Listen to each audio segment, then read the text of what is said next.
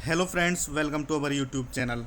आज हम HSSC science के प्रीवियस ईयर के क्वेश्चन करने वाले हैं। जैसा कि आप जानते हो, हरियाणा में ज़्यादातर जो क्वेश्चंस हैं वो रिपीट होते हैं। तो जहां पर साइंस के क्वेश्चंस आज कराने वाला हूं जो कि प्रीवियस ईयर में पूछे जा चुके हैं, और यही इनसे ही रिलेटेड क्वेश्चन पूछे जाएंगे। तो क्वेश्चन से रिलेटेड जितने भी क्वेश्चंस बनते हैं वो भी मैं आपको कराऊंगा। तो यहाँ पर देख सकते हो, जो सबसे पहला क्वेश्चंस है ये एचएसएससी क्लर्क में आया हुआ है। तो सभी क्वेश्चंस में लिखे हुए हैं कि वो कब आए हुए हैं। तो फर्स्ट क्वेश्चन यहाँ पर देख सकते हो, उस वैज्ञानिक का नाम बताएं जिसने सर्वप्रथम यह घोषित किया कि पृथ्वी सूर्य के चारों ओर चक्कर लगाती है। तो जैसा कि आपको पता है, तो इसका राइट आंसर रहने वाला है कॉपरनिकस। कॉपरनिकस ने ही ग्रहों की गति का नियम दिया था। तो यहाँ पर दो क्वेश्चन बनते हुए, ग्रहों की गति का नियम किसने दिया था? कॉपरनिकस ने। और ग्रहों की खोज किसने की थी? वो केपलर ने की थी। तो ध्यान रखना, ग्रहों की खोज की थी केपलर ने और ग्रहों की गति का नियम दिया था कॉपरनिकस ने। और न्यूटन को आप जानते हो, न्यूटन ने गति के नियम दिए थे। और गति के 3 नियम हैं। तो और यहाँ पर और गैलीलियो ने दूरबीन की खोज की थी, और ये सबसे पहले खगोलदर्शी भी हैं। और नेक्स्ट क्वेश्चन यहाँ पर देखो, नेक्स्ट क्वेश्चन है, एक पिंड जल में 4 डिग्री सेल्सियस पर तैरता है। यदि तापमान 100 डिग्री सेल्सियस हो तो वह क्या होगा? मतलब इसका मतलब क्या है भाई, जल में कोई भी वस्तु रखी हुई है और वो 4 डिग्री सेल्सियस पर तैर रही है। तो जैसा कि आप जानते हो, जो जल का घनत्व है ना, वो 4 डिग्री सेल्सियस पर बहुत ज़्यादा होता है, सर्वाधिक होता है। तो क्वेश्चन आ सकता है भाई, जल का घनत्व किस डिग्री पर से अधिक होता है? तो 4 डिग्री सेल्सियस पर। और जैसे जैसे तापमान बढ़ेगा तो उसका जो घनत्व है, पानी का घनत्व कम होता जाएगा। और अगर पानी का घनत्व कम हो जाएगा तो वो वस्तु उसमें डूबनी स्टार्ट हो जाएगी, तो उसका कुछ भाग जलमग्न हो जाएगा। तो यहाँ पर आप देख सकते हो, जो भी वस्तु ये वाटर ले लिया हमने, और कोई वस्तु इसमें डूब रही है, तो ये उसके घनत्व पर निर्भर करती है। अगर उसका इस वस्तु का जो घनत्व है वो ज़्यादा है तो ये इस सरफेस के ऊपर रहेगी, अगर घनत्व कम है तो ये पूर्ण रूप से डूब जाएगी। तो ये डिपेंड करता है घनत्व पे। घनत्व को इंग्लिश में कहते हैं डेंसिटी। नेक्स्ट क्वेश्चन यहाँ पर देखो, चंद्रमा के प्रकाश को धरती पर पहुँचने में कितना समय लगता है? तो चंद्रमा के प्रकाश को धरती पर पहुँचने में लगता है 1.3 सेकंड। और यहाँ पर सूर्य के प्रकाश को पृथ्वी पर पहुंचने पर कितना समय लगता है? तो यहाँ पर आप 8 मिनट 17 सेकंड के लगभग समय लगता है। और यहाँ पर लगभग 500 सेकंड भी कहीं कहीं ऑप्शन में दिया होता है। तो ये दोनों क्वेश्चन इम्पोर्टेंट हैं। चंद्रमा के प्रकाश को पहुंचने में समय लगता है 1.3 सेकंड, और सूर्य के प्रकाश को लगभग 500 सेकंड। नेक्स्ट क्वेश्चन यहाँ पर देखो, रोड या रेल परिपथ पर वर्कों का झुकाव क्या प्रदान करने के लिए दिया जाता है? तो वहाँ पर वो अभिकेंद्रीय बल को प्रदान करने के लिए वक्रों को झुकाव दिया जाता है। जैसा कि आप जानते हो, जो रोड है कुछ इस तरह से बनाए जाते हैं। तो ये जो झुकाव है ये अभिकेंद्रीय बल को प्रदान करने के लिए दिया जाता है। तो अभिकेंद्रीय बल को हम सेंट्रीपिटल फोर्स भी बोलते हैं। तो जो मौत के कुएं होते हैं उनमें जो घुमावदार सड़कें हैं, ये सभी अभिकेंद्रीय बल को प्रदान करने के लिए बनाए जाते हैं। जब दुग्ध को बिलोया जाता है तो उसमें मलाई पृथक होने लगती है। तो ये किसके कारण होता है? तो ये भी अपकेंद्रीय बल के कारण होता है। तो यहाँ पर दो क्वेश्चंस बनते हैं भाई, जो कपड़ा सुखाने की जो मशीन है, वॉशिंग मशीन, वो भी अपकेंद्रीय बल पे कार्य करती है। और ये पूछ सकते हैं भाई, जो दूध निकालने वाली मशीन है वो किस बल पर कार्य करती है? तो वो भी अपकेंद्रीय बल पर कार्य करती है। नेक्स्ट क्वेश्चन, हाइग्रोमीटर का उपयोग क्या मापने में होता है? तो हाइग्रोमीटर का जो उपयोग है उससे मापते हैं हम रिलेटिव डेंसिटी, सापेक्ष आर्द्रता यहाँ पर मापी जाती है। और हाइड्रोमीटर एक ऐसे यंत्र है जिससे हम आपेक्षित घनत्व मापते हैं। तो दोनों इम्पोर्टेंट हैं। हाइग्रोमीटर से आर्द्रता मापी जाती है, और हाइड्रोमीटर से रिलेटिव डेंसिटी मतलब आपेक्षित घनत्व मापा जाता है। नेक्स्ट क्वेश्चन, पृथ्वी के किस भाग पर जी का मान अधिकतम होगा? तो ध्यान रखना है, ध्रुवों पर जी का मान होता है अधिकतम, और भूमध्य रेखा पर जी का मान होता है सबसे कम। तो ये दो क्वेश्चंस आपको यहाँ पे ध्यान रखने हैं और ये क्वेश्चंस बहुत पूछे जाते हैं। नेक्स्ट क्वेश्चन यहाँ पर देखो, किस कारण से वर्षा की बूंदें गोले आकार के होती हैं? तो ये हो गया हमारा सरफेस टेंशन, पृष्ठ तनाव। पृष्ठ तनाव के कारण ही जो सरफेस की वर्षा की जो बूंदें हैं वो गोल होती हैं। तो और सरफेस टेंशन होता क्या है भाई? सरफेस टेंशन एक नेचुरल फिनोमिना है जब जो क्या कहता है कि जब पानी किसी भी सरफेस पर गिरेगा तो वो चाहेगा भी कम से कम सरफेस पर वो सिमटना चाहेगा, न्यूनतम क्षेत्रफल पर वो सिमटना चाहेगा, तो उसे हम सरफेस टेंशन बोलते हैं। नेक्स्ट, पल्सर क्या होते हैं? तो पल्सर तेज़ी से घूमने वाले न्यूट्रॉन तारे होते हैं। तो पल्सर यहाँ पर तेज़ी से घूमने वाले न्यूट्रॉन तारे होते हैं। तो ये सभी क्वेश्चंस पूछे जा चुके हैं। फ्रिक्शन कौन और रिपोज कौन निम्न में से किस रूप में होते हैं? तो वो एक दूसरे के समान होते हैं, फ्रिक्शन कौन और रिपोज कौन।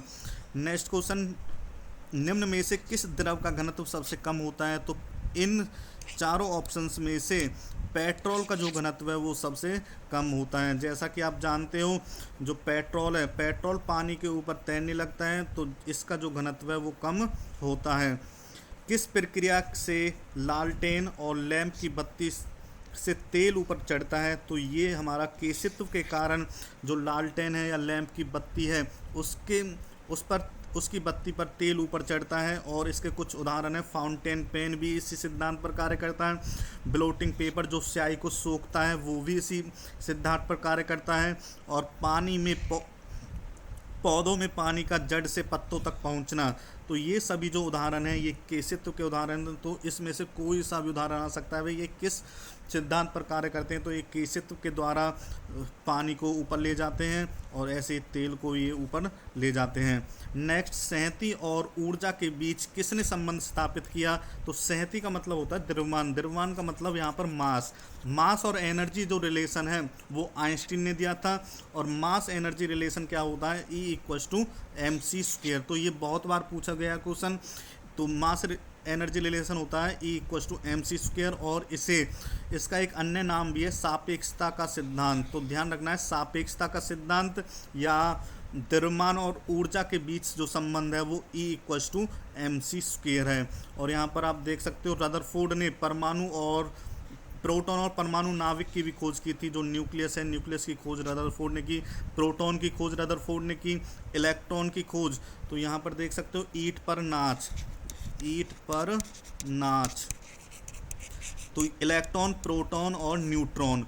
इलेक्ट्रॉन की खोज से यहाँ पर थॉमसन याद रखेंगे, प्रोटॉन की खोज रदरफोर्ड ने की थी और न्यूट्रॉन की खोज की थी चैडविक ने। तो तीनों इंपॉर्टेंट है भाई, इनकी खोज किसने की थी। नेक्स्ट क्वेश्चन है यहाँ पर, पनडुब्बी के अंदर से समुद्र की सतह या भूमि के दृश्य देखने के लिए किस यंत्र का प्रयोग किया जाता है? तो जब हम पनडुब्बी के अंदर होते हैं तो वहाँ पर किस यंत्र का प्रयोग किया जाता है उस देखने के लिए? तो पेरिस्कोप का हम इस्तेमाल करते हैं। तो यहाँ पर और जो ऑप्शन है, टेलीस्कोप से हम खगोलीय पिंडों को देखते हैं, स्टेरोस्कोप से हम एक ऑप्टिकल उपकरण है। तो इस तरह से हम इनका प्रयोग करते हैं। समुद्र में ज्वार भाटे का क्या कारण है? तो समुद्र में जो ज्वार भाटा आता है वो सूर्य और चंद्रमा दोनों के आकर्षण बल के कारण जो ये समुद्र में ज्वार और भाटा आता है, और ये दिन में 2 बार होता है। सौर परिवार में निम्न में से कौन सा ग्रह सूर्य से अधिकतम दूरी पर है? तो सूर्य से अधिकतम दूरी पर है वरुण, और सबसे कम दूरी पर है बुध। तो ध्यान रखना है, सबसे कम दूरी पर सूर्य से बुध है और सबसे अधिकतम दूरी पर वरुण है। तो इनके यहाँ पर सूर्य से जो दूरी है यहाँ पर आपको दी हुई है, बुध है, फिर शुक्र है, फिर पृथ्वी, और सबसे बाद में हमारा वरुण आएगा। तो ये आपको ध्यान रखने हैं, सबसे कम दूरी का पूछा जा सकता है, सबसे अधिक दूरी का भी। नेक्स्ट क्वेश्चन यहाँ पर देखो, निम्न में से कौन सा तारा पृथ्वी के सबसे निकटतम है? तो सूर्य क्या है? एक तारा है। ये भी पूछा जा सकता है भाई सूर्य क्या है? तो सूर्य एक तारा है जो पृथ्वी के सबसे निकटतम तारा है। अगर दूसरा निकटतम तारा पूछा जाए तो इसका नाम होगा अल्फा सेंचुरी। तो दोनों इंपॉर्टेंट क्वेश्चंस हैं। नेक्स्ट यहाँ पर देखो, किसी भी तारे की दूरी मापने के लिए कौन सी उचित इकाई है? तो इसका आंसर रहेगा प्रकाश वर्ष। प्रकाश वर्ष, ये पूछा जाता है भाई प्रकाश वर्ष किसकी इकाई है, तो प्रकाश वर्ष दूरी मापने की इकाई है। और एक क्वेश्चन यहाँ पे बनता है भाई दूरी मापने की सबसे बड़ी इकाई कौन सी है, ध्यान रखना दूरी मापने की सबसे बड़ी इकाई है पारसेक, ध्यान रखना है आपको, दूरी मापने की सबसे बड़ी इकाई पारसेक है। और तारों की दूरी मापने के लिए हम किसका इस्तेमाल करते हैं, प्रकाश वर्ष। और यहाँ पर देख सकते हो ये जो कूलाम है, कूलाम आवेश का मात्रक है, इलेक्ट्रिक चार्ज का मात्रक है, एम्पियर इलेक्ट्रिक करंट का मात्रक है, धारा का मात्रक है। नेक्स्ट यहाँ पर देखो दो सरल पेंडुलम समान अवधि पर कंपन करते हैं, तो इसका उचित कारण क्या होगा, तो जब दो समान पेंडुलम सरल पेंडुलम समान अवधि पर कंपन करते हैं तो उनकी लंबाई बराबर होगी। टाइम पीरियड का जो फॉर्मूला होता है वो टाइम पीरियड 2L ओवर में G होता है, तो उसकी जो लंबाई है वो क्या होगी, उनकी इक्वल होगी, किंतु उनके निलंबित कणों का द्रव्यमान समान होना आवश्यक नहीं है। तो ये टाइम पीरियड का फॉर्मूला है। नेक्स्ट यहाँ पर देखो कोणीय संवेग का कि SI मात्रक क्या है, तो कोणीय संवेग को हम एंगुलर मोमेंटम कहते हैं।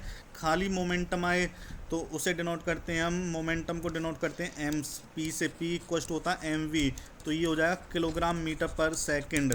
अगर मोमेंटम की यूनिट पूछी जाए, संवेग की, खाली संवेग की यूनिट पूछी जाए तो किलोग्राम मीटर पर सेकंड, और कोणीय संवेग की पूछी जाए तो इसकी रहेगी किलोग्राम मीटर स्क्वायर पर सेकंड।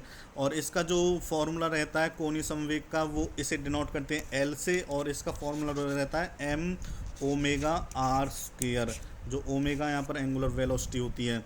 नेक्स्ट यहाँ पर देखो फिर पानी के गिलास में तैर रहा बर्फ़ का टुकड़ा जब पूरी तरह से पिघल जाएगा, तो पानी का जो स्तर है, जो पानी का स्तर है वो उतना ही रहेगा जब उसमें जो बर्फ़ का टुकड़ा वो पूरी तरह से पिघल जाएगा। क्यों रहता है, क्योंकि जल स्तर समान रहेगा, क्योंकि बर्फ़ का जो 9/10 भाग है वो पहले से ही डूबा रहता है और एक भाग उसके ही समान हो जाएगा। नेक्स्ट सौर प्रणाली की खोज किसने की थी, सौर प्रणाली की जो खोज है वो की थी हमारी गैलीलियो ने। नेक्स्ट यहाँ पर देखो किसके कारण द्रव की मुक्त सतह एक सीट की तरह व्यवहार करती है तथा कम से कम संभव क्षेत्रफल पर संकुचित होने की प्रवृत्ति रखती है, तो इसे बोलते हैं हम कोरिजन फोर्स, संसर्जन बल। तो इसमें क्या, जब एक ही द्रव में विभिन्न अणुओं के बीच आकर्षण बल जो लगता है, जैसे हमने मान लिया भाई एक गिलास में हमने वाटर ले लिया और हमने ले लिया मिल्क, तो यहाँ पर मिल्क के और वाटर के अलग अलग जो भिन्न अणु हैं वो एक दूसरे पर बल लगाएंगे, तो उसे कहेंगे हम संजनन बल। तो ध्यान रखना है, अगर समान हो तो उसे कोहेसिव फोर्स बोलते हैं। नेक्स्ट यहाँ पर देखो द्रव सभी दिशाओं में बराबर मात्रा में दबाव प्रसारित करते हैं, तो ये क्या कहलाता है, ये कहलाता है पास्कल का नियम। पास्कल का नियम क्या होता है, ये एक हमने बीकर ले लिया और इसमें हमने वाटर फिल कर दिया, तो अगर हम इस बीकर के इस सिरे पर कोई प्रेशर लगा रहे हैं, इस वाटर पे प्रेशर लगा रहे हैं, तो जो वो प्रेशर है वो इस जो जल के सभी भागों में इक्वल बराबर मात्रा में दबाव प्रसारित करेगा, तो ये कहता है हमारा पास्कल का नियम। नेक्स्ट बार किसकी इकाई है, तो बार हमारी वायुमंडलीय दाब की इकाई है। ऊष्मा की इकाई जूल होती है। तापक्रम जो ताप मापते हैं वो सेल्सियस, और विद्युत धारा की एम्पियर। बहुत ही अल्प समय अंतराल को शुद्धता से मापा जाता है, तो ये मापा जाता है परमाणुक घड़ियों द्वारा। अंतरिक्ष में सुदूर गैलेक्सियों का दृश्यावलोकन करने हेतु टेलीस्कोप प्राथमिक रूप से स्थापित किया जाता है, तो ये किया जाता है पृथ्वी के वायुमंडल में प्रकाश अथवा अन्य विकिरणों के अवशोषण से बचने के लिए टेलीस्कोप स्थापित किया जाता है। तो ये क्वेश्चन आ गया भाई, दूध से मलाई अलग की जाती है, तो जब दूध से मलाई अलग की जाती है तो जो दूध का घनत्व है वो बढ़ जाता है, तो ध्यान रखना है, जब दूध से मलाई अलग की जाएगी तो उसका जो घनत्व है, उसकी डेंसिटी है वो बढ़ जाएगी। नेक्स्ट सड़कों या रेलवे ट्रकों के वर्गों पर ढलान दी जाती है, तो वो ढलान क्यों दी जाती है, तो ये क्वेश्चन अभी आ चुका था। अभिकेंद्रीय बल प्रदान करने के लिए उन पर वक्रों पर ढलान दी जाती है ताकि उन्हें प्रॉपर अभिकेंद्रीय बल प्रदान हो सके। भूतल पर मौसम गुब्बारा पूर्णतः फूला हुआ नहीं होता, तो जो मौसम गुब्बारा होता है वो क्यों फूला नहीं होता? तो गुब्बारे के भीतर की जो वायु उठने के साथ फैलने लगती है और यह फट जाता है। और यहाँ पर पूछ सकते हैं भाई गुब्बारे में कौन सी गैस भरी जाती है? तो हीलियम या हाइड्रोजन गैस भरी जाती है। और मौसम गुब्बारे का जो सर्वप्रथम प्रयोग है वो जॉन जेफरी ने किया था। दूध के घनत्व को किससे मापते हैं? तो दूध के घनत्व को मापते हैं हम लैक्टोमीटर से। हाइड्रोमीटर से क्या मापते हैं? हाइड्रोमीटर से आपेक्षिक घनत्व मानते हैं। हाइग्रोमीटर से आर्द्रता मापते हैं। और बैरोमीटर से वायु दाब मापते हैं। पानी का घनत्व केरोसिन के घनत्व से अधिक है। जो पानी का घनत्व केरोसिन के घनत्व से अधिक है। तो यदि दोनों को मिलाया जाए तो क्या होगा? तो ये आपको भी पता है, जो केरोसिन है, केरोसिन ऊपर ही तैरती रहेगी। केरोसिन पानी पर तैरती रहेगी, क्योंकि पानी का घनत्व ज़्यादा है, केरोसिन का कम है। तो जिसका घनत्व कम होगा वो उस लिक्विड के ऊपर ही रहेगी। तो पेट्रोल, डीजल, केरोसिन द्वारा लगी आग जल द्वारा काबू नहीं की जाती, क्योंकि ये एक दूसरे के साथ मिक्स नहीं हो पाते, वो उसके ऊपर ही रहते हैं। कैल्शियम जल की सतह पर तैरता है, क्यों? तो कैल्शियम जल की सतह पर क्यों तैरेगा? क्योंकि कैल्शियम जल से हल्का होगा। तो कोई भी वस्तु अगर तैर रही है, नहीं डूब रही है, तो इसका मतलब एक ही है, वो उस चीज़ से हल्की है या उसका घनत्व उससे कम है, इसलिए वो तैर रहा है, डूब नहीं पा रहा।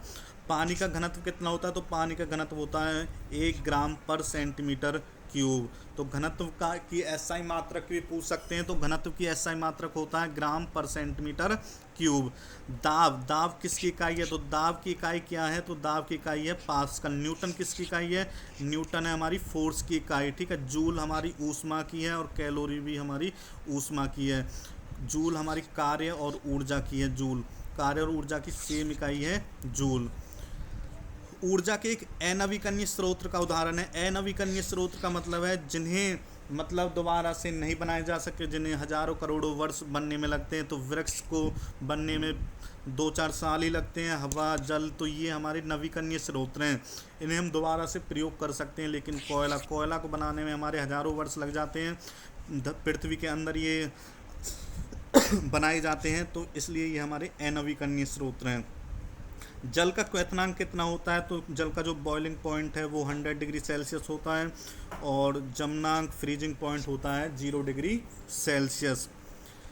न्यूटन के गति संबंधी किस नियम ने यह कहा है कि प्रत्येक क्रिया पर एक समान और विपरीत प्रतिक्रिया होती है? तो ये न्यूटन का तृतीय नियम कहता है, for every action there is an equal and opposite reaction. तो ये न्यूटन का थर्ड लॉ कहता है। और ये पूछा जाता है भाई न्यूटन के प्रथम नियम से हमें क्या मिलता है? तो न्यूटन के प्रथम नियम से हमें जड़त्व की परिकल्पना, जड़त्व की परिभाषा मिलती है। दूसरे नियम से हमें बल की परिभाषा मिलती है, जो F=m में होता है। ये हमें न्यूटन के सेकंड नियम से मिलता है, F=m में। और तीसरा जो नियम है वो तैरना, चलना और रॉकेट जो ऊपर जाता है वो किस नियम के अनुसार होते हैं? तो वो न्यूटन के तीसरे नियम के अनुसार होते हैं। तो ये सारे पॉइंट्स ध्यान रखने हैं। निम्न में से कौन ऊर्जा का एक प्राकृतिक स्रोत नहीं है? तो बैटरी एक केमिकल एनर्जी के द्वारा बनाई जाती है, केमिकल्स के द्वारा बनाई जाती है। कतरनी तनाव में मापा जाता है, तो कतरनी मापा जाता है रेडियन से। और यहाँ पर देख सकते हो पास्कल, दाब पहले पढ़ चुके। कैंडेला एक हमारी फंडामेंटल यूनिट्स है और से ज्योति फ्लक्स मापा जाता है। नेक्स्ट, अदिश राशि का एक उदाहरण है। अदिश राशि कौन सी होती है भाई? जिनमें 2 तरह की राशि होती है, अदिश और सदिश। जिसमें दिशा भी हो और उसका परिमाण भी हो वो सदिश राशि है। जिसमें केवल परिमाण हो, दिशा नहीं हो, वो अदिश राशि है। तो वो हो गया हमारा आयतन हमारी अदिश राशि है। और हमारा जो वेग है, बल है, संवेग है, ये हमारी सदिश राशि। तो ये एक क्वेश्चन पूछा ही जाता है भाई निम्न में से सदिश राशि और अदिश राशि कौन सी हैं? तड़ित का उदाहरण है, तो ये हमारा है इलेक्ट्रोस्टैट एनर्जी, वैद्युत स्थैतिक ऊर्जा का ये एक उदाहरण है।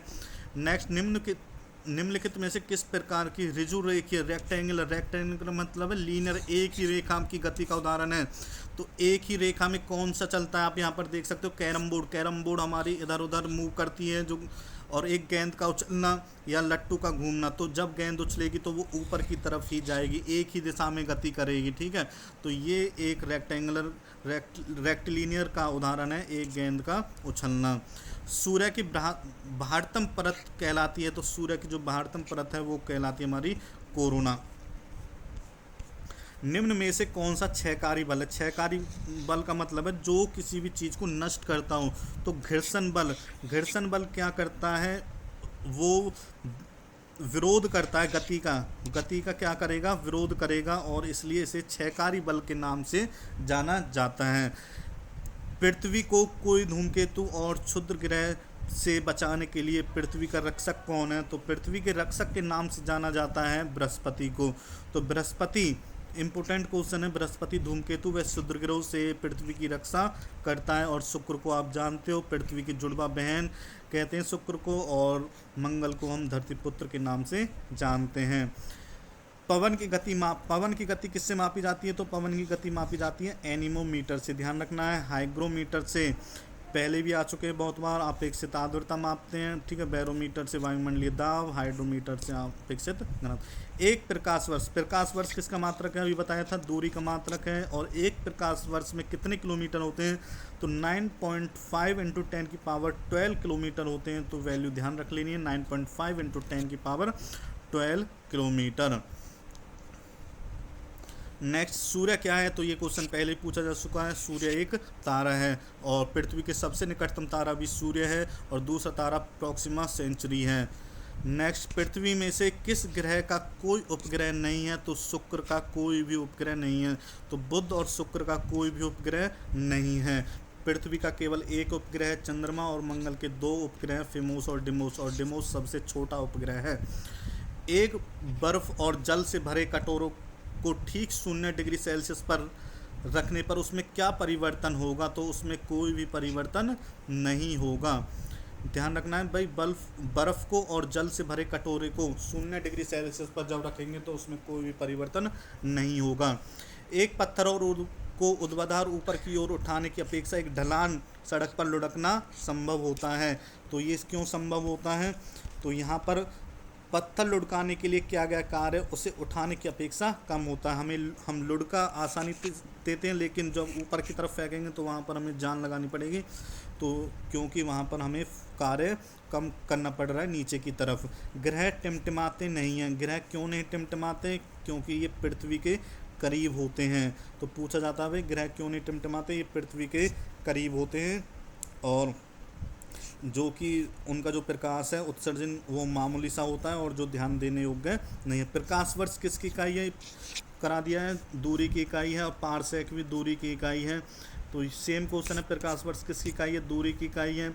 ऊंचाई पर जाने पर जल का क्वथनांक कम क्यों हो जाता है? तो जब हम ऊपर की तरफ जाएंगे तो वायुमंडलीय दाब भी कम हो जाएगा, और वायुमंडलीय दाब ऊपर कम होने पर जो क्वथनांक है वो कम हो जाता है। सफ़ेद कोयला किसे कहते हैं? जल विद्युत को हम सफ़ेद कोयला कहते हैं। न्यूटन की गति का नियम किस अवधारणा से मिलता है? तो फर्स्ट गति का जो नियम है वो जड़त्व की अवधारणा से यहाँ पर मिलता है। तो नेक्स्ट, किस वजह से दूध को मथने से मलाई निकलती है? तो ये क्वेश्चन भी पहले आ चुका है। अपकेंद्रीय बल, और यहाँ पर देख सकते हो अपमार्जक किस सिद्धांत पर सतह को काम करते हैं, सतह को साफ करते हैं? तो ये इसका रहेगा हमारा सतही तनाव, यानी कि पृष्ठीय तनाव रहेगा। और तूफान की भविष्यवाणी कब होती है? जब वायुमंडलीय दाब अचानक गिरता है तो हमारा तूफान की भविष्यवाणी होती है। तो ये क्वेश्चन हमारे मैकेनिक्स से रिलेटेड थे। 61 क्वेश्चंस हैं। अगर आपको सीरीज़ अच्छी लगी हो तो कमेंट बॉक्स में ज़रूर कमेंट करें। फिर मैं आपको सेकंड जो ऊष्मा हीट से रिलेटेड जितने भी क्वेश्चंस आए हुए हैं प्रीवियस ईयर, ये सारे जो क्वेश्चंस हैं प्रीवियस ईयर के आए हुए हैं। अगर आपको साइंस बिल्कुल भी समझ में नहीं आती, अगर आप इन्हें भी कर लेते हैं तो आपके साइंस में अच्छे मार्क्स आ सकते हैं। तो यहाँ पर आप देख सकते हो 131 पेजेज हैं, अभी केवल 11 पेजेज हुए हैं। अगर आपको कुछ थोड़ा बहुत भी समझ में आया है और ये जो वीडियो है मैं इसे कंटिन्यू करूँ, तो प्लीज़ कमेंट बॉक्स में ज़रूर लिखें, तभी मैं अगली वीडियो बना पाऊँगा हीट से रिलेटेड। और सारे क्वेश्चंस हैं यहाँ पर, सारे चैप्टर्स हैं, बायो केमिस्ट्री से रिलेटेड सारे क्वेश्चंस हैं जो भी आए हुए हैं, तो वो हम करेंगे। तो अपना रिव्यू ज़रूर दें। आपको क्लास कैसी लगी? धन्यवाद। जय हिंद, जय भारत।